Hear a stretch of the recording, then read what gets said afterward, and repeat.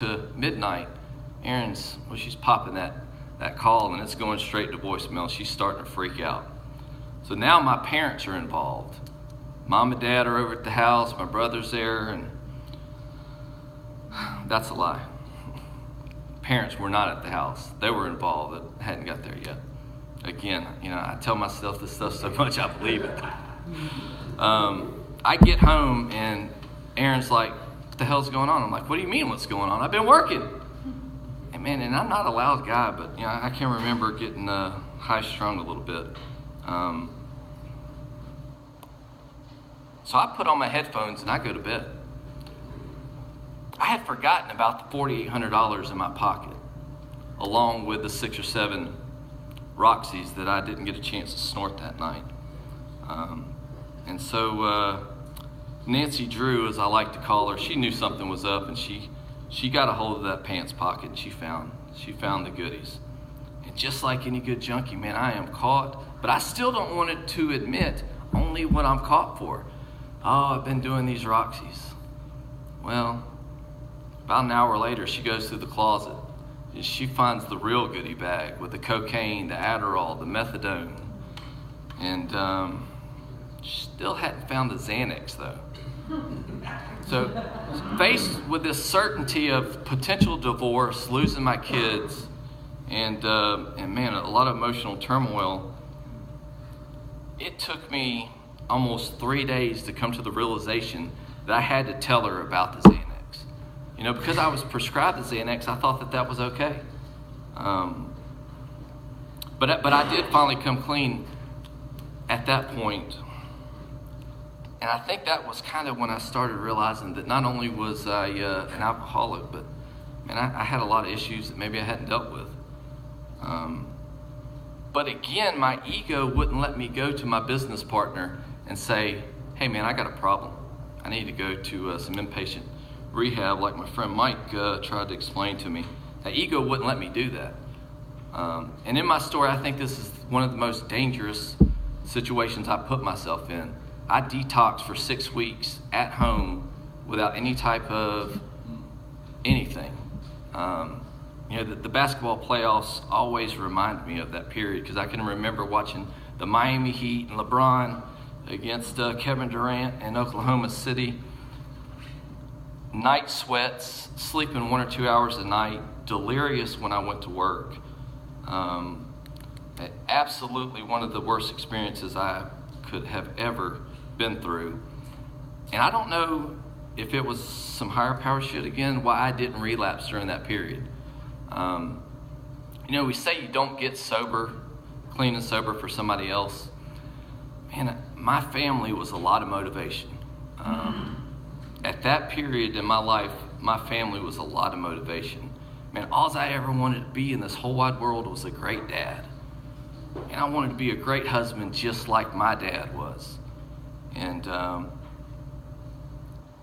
at that point in my life, I knew that if I continued on the drinking and drugging, that I was going to lose my family, I was going to lose my wife, and I was going to lose my 3 daughters. And it was painful. So I did accept the fact that I should probably go to some type of outpatient treatment, not inpatient, because that would take me admitting to everybody what a scumbag that I've been. And at that time, I got a sponsor. I started coming to this meeting, and I started taking this shit seriously. I worked the steps. I came to the realization that I was powerless over alcohol, and as bad as I wanted to admit it, drugs. In my junkie mind for the first couple years, I continued to think, you know what? I bet there's going to be a day where I can just do 1 or 2 lower tabs again, and it'll be fine. So I had at that point what I like to call meeting-based sobriety. Came to Courage, called my sponsor, not as much as I needed to, but enough to satisfy me. But I got to a point where I started taking things back over. I said, me going downtown from Cantonment, where my office is really too long every day. I'm taking time away from my work that I really need to be there. So I started coming to a couple meetings a week, and slowly started losing that everyday contact with my sponsor. And instead of drinking and drugging, I turned to shoplifting.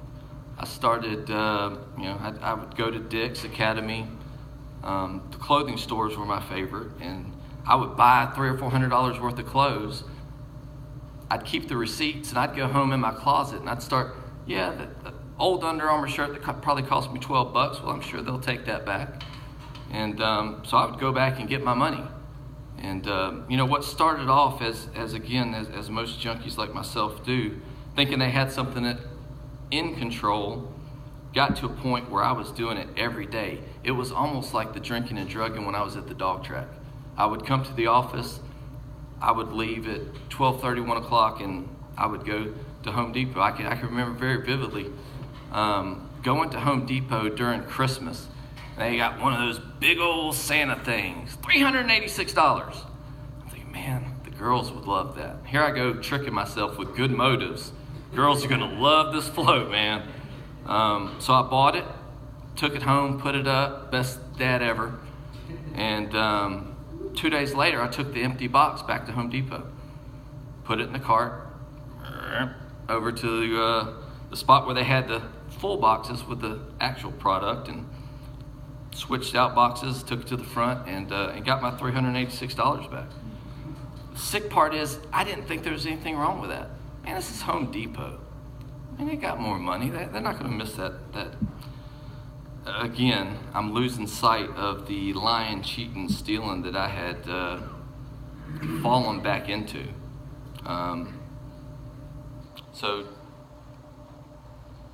January 2015, I got arrested for shoplifting at Walmart. The drinking and drugging, my family could almost have some sympathy for. Matt's always been crazy. His uncle was an alcoholic. Drugs got him. That damn ex-wife of his, she drove him into man, he was never like that before. But, the stealing, I got no sympathy for the stealing. And really, for me in my story, this is where my recovery program changed. I was sitting in the back of a cop car in the Walmart on Creighton Road. My dad was defending me to the officer, saying, there's no way this guy is in Walmart stealing things. He doesn't have to steal. There's been a mistake, Mr. Officer. That was a punch in the gut. My dad trying to defend me for something I knew I had done. And we talk about consequences for our actions and our drinking and drugging. We talk about bottoms. For me, in the back of that cop car, my dad in tears defending me to this officer was a soul sickness that I don't know that I'll ever get over. It was the worst pain I've ever felt in my life, far more than the divorce. It was the man that I loved and wanted to impress and make him proud, crying on Creighton Road to an officer, trying to explain to him there's no way his son could have done this. That was the point where I said, you know what, I've got to stop pretending, and I've got to do the deal. That was the point I really believed that my life changed. That was, and before that point, I would often come into these rooms and hear somebody say, you know what, I did the 12 steps and the obsession to drink and drugs been removed. And I would always think, you know what, it hadn't been removed from me. I still glamorize crushing up a Roxy on my desk or in the damn Tom Thumb, as I tell Wade, and snorting it. Man, that got me excited. And I thought about that every day. And to be honest, I thought, the people that sat up here and said the obsession was removed, I thought it was bullshit. I really did. But I can tell you, I dug back in and I worked the 12 steps again. One of the things I didn't do in that first 2.5 years, I didn't work with other people. Man, I was full of ego. I started working with grown-ass men in this program who needed help, hoping that my experience, strength, and hope would get them to a point where they would no longer drink and drug. Mike taught me that if I'll do 5 things on a daily basis, and I love to beat that 5-thing drum, but if I'll do those 5 things on a daily basis, I got a pretty good shot of staying clean and sober and being reasonably happy. If I'll get up and pray, if I'll call my sponsor, if I'll talk to other drunks and junkies, if I'll go to a meeting, if I'll read some literature, and before I go to bed, if I'll pray and thank God for keeping me sober, man, if I do those 5 things, I got a pretty damn good shot of going to bed sober and being reasonably happy.